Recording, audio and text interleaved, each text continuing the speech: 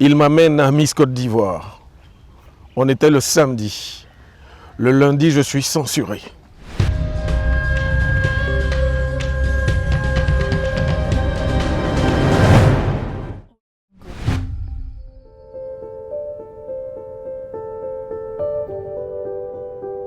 Salut, je suis Mewe, auteur, compositeur, interprète ivoirien. Je suis celui-là qui a créé le Zoblazo, la danse des mouchoirs. Yiwa!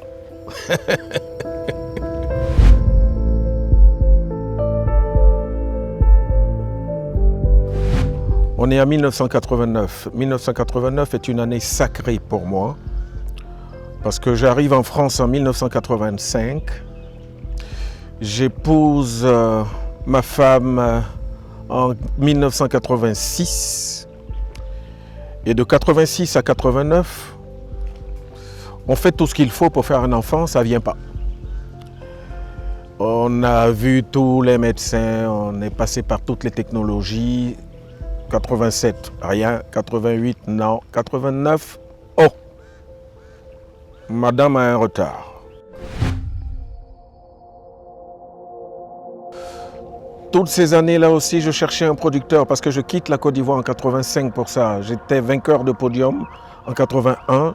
J'étais sur le plan amateur très célèbre, mais pas de producteur. Je pars en France, pareil, de 85 jusqu'à 89, pas de producteur. Et madame, après la naissance de Sarah, me dit « Oh, il faut qu'on se prenne en charge. » On se prend en charge comment? Je dis ben, « Il faut aller à la banque, demander un prêt bancaire et te prendre en charge. » Et c'est comme ça qu'elle me motive et je vais à ma banque, je prends un crédit et je rentre en studio. Et j'enregistre Aïe Bebo, mon premier album. Donc Aïe Bebo sort après Sarah qui naît en juillet. Aïe Bebo sort en novembre, quelques mois après. Et puis ma carrière prend son envol tout d'un coup. Mais le bim était tel que en décembre, quand j'arrive à Abidjan pour la promotion, mon ami et frère Yves Zobo Junior était la star de l'époque. Et un samedi, il fait en sorte que je sois reçu à midi première. Parce qu'il adore l'album. On me reçoit à midi première. Et lui, il fait derrière ça Nandjélé, dans l'après-midi. Il me reçoit à Nandjélé.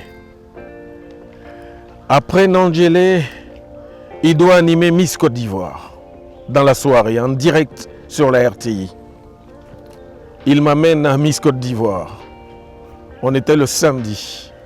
Le lundi, je suis censuré parce que j'ai saturé à l'écran.